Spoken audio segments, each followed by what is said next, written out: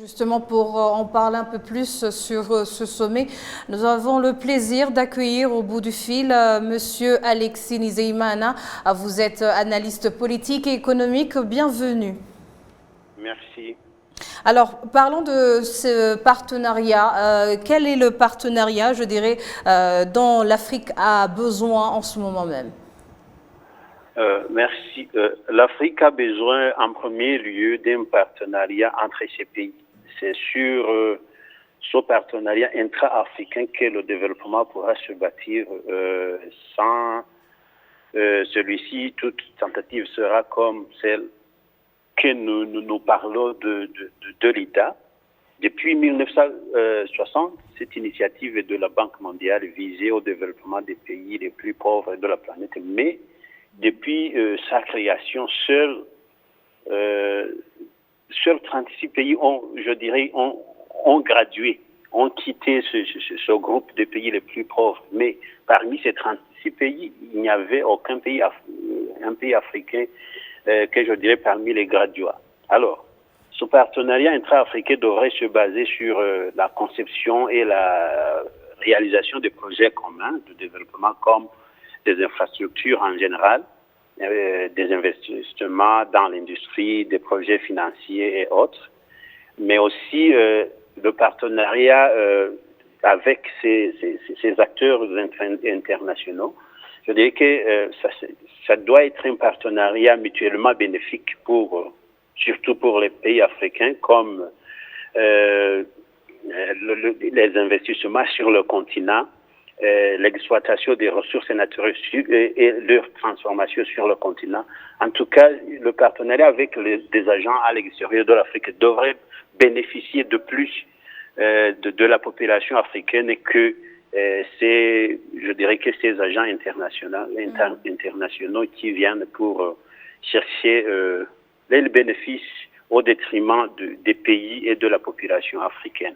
Alors justement, en parlant d'Afrique, c'est un continent aux énormes ressources, qui est riche en minerais, mais malheureusement toujours encore pauvre. Alors pourquoi, je dirais, ces ressources ne profitent pas aux Africains eux-mêmes?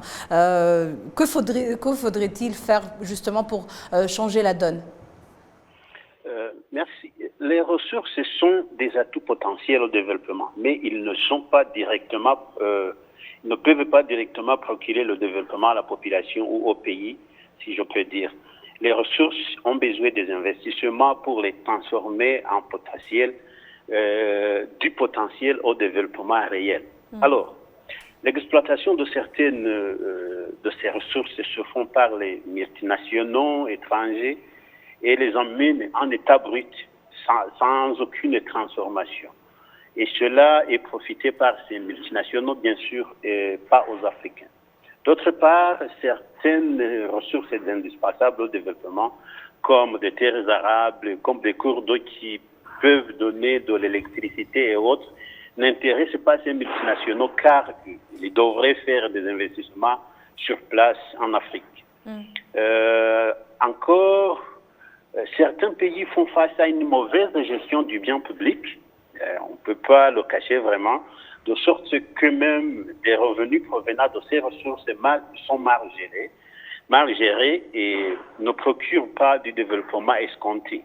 Alors, pour changer les choses, il faudra changer d'abord les politiques concernant les investissements et la gestion de ces ressources et faire en sorte que l'exploitation se fasse sur le continent pour, je dirais, procurer aux Africains du travail, du savoir-faire, des impôts et tout ce qui découle de l'exploitation de ces ressources et qui peut, je dirais, contribuer au développement du continent, des pays et de la population.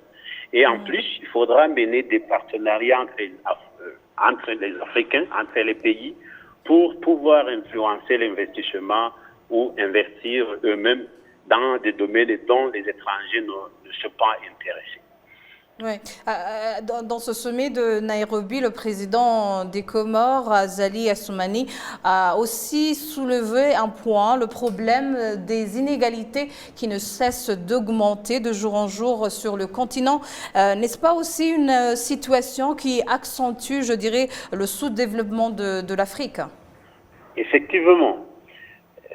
Il faut regarder les choses en face. Ces inégalités de développement qui se font remarquer sur le continent viennent des inégalités aussi des efforts que les gouvernements de différents pays africains mettent dans leur politique.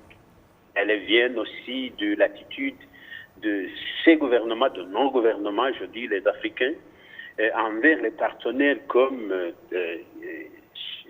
ce IDA qui tient une conférence à Nairobi et autres, où certains agents gouvernementaux détournent des fonds qui étaient destinés au développement et ces agents partent sans aucune redevabilité. C'est lamentable. Ces inégalités peuvent aussi venir des attitudes de ces partenaires internationaux, il ne faut pas le cacher, qui conditionnent leur soutien, leurs apports aux pays africains, de sorte que leurs fonds ne viennent pas là où il serait une base, je dirais, une base solide du développement, mais ils vont dans des domaines choisis par ces partenaires, par les biais des influences qu'ils veulent exercer sur le continent. Mais je dirais que ces inégalités doivent réveiller les Africains et c'est nous qui devons voir en face, je dirais, les sources ou bien les causes de ces inégalités qui accentuent le sous-développement de l'Afrique, comme vous le dites. Justement, en parlant de nous-mêmes, les Africains, le président ghanéen, Nana Akufo-Addo, a aussi soulevé un point, je dirais, crucial pour ce qui est de ce modèle économique mondial qui est, selon lui, un frein au développement de l'Afrique. Est-ce vrai que ce système n'est pas favorable au continent? Si oui, que devraient faire, je dirais, les Africains face à cette situation? Oui. Ce système de la Banque mondiale et du Fonds monétaire international, je dirais qu'il ne se pas du tout favorable au développement de l'Afrique. Et cela a été maintes fois évoqué par différents dirigeants du domaine politique, du domaine économique, du domaine financier. Donc, en tout cas, il a été évoqué beaucoup de fois. Leurs modèles ont été... Je dirais que leurs modèles ont des conditionnalités strictes qui ont eu un impact négatif sur les populations pauvres et vulnérables en Afrique, avec des dettes insoutenables qui limitent la capacité des pays à investir dans le domaine social et économique. Et ce modèle favorise les inégalités entre les riches et les pauvres et entrave le développement inclusif. C'est un modèle vraiment qui encourage une spécialisation excessive dans l'exportation de matières premières en Afrique et ce qui rend les pays plus vulnérables aux fluctuations des prix mondiaux des ressources naturelles. Du fait que ces ressources sont transformées à l'extérieur du continent et lorsque les prix mondiaux fluctuent, vraiment ça affecte le continent parce que leur modèle a conditionné l'exportation des matières premières en état brut. C'est un modèle vraiment qui a été longtemps utilisé pour réduire aussi l'autonomie politique des pays africains par le conditionnement de leurs aides financières. Ils exigent, ils disent que si je dois vous donner de l'aide financière, il faut que vous fassiez des réformes mais qui sont conformes aux intérêts de certains pays ou bien de certaines organisations internationales. Et ça a entravé, je dirais, l'autonomie politique de beaucoup de pays africains. Alors, ce qui doit se faire, les pays africains doivent faire, je dirais, un front commun pour pouvoir influencer ces institutions et leurs décisions, mais aussi ils doivent faire un partenariat intra-africain comme nous l'avons évoqué précédemment pour pouvoir mener des investissements sans dépendre des institutions ou pour pouvoir trouver ailleurs de fonds nécessaires et sans conditionnement pour les projets de développement sur le continent. Il faut que les pays vraiment fassent un front commun, que ce soit pour influencer ces institutions, mais aussi pour trouver de nouveaux partenaires qui peuvent comprendre les projets des pays africains. Merci beaucoup Alexis pour cet éclairage. Merci à vous.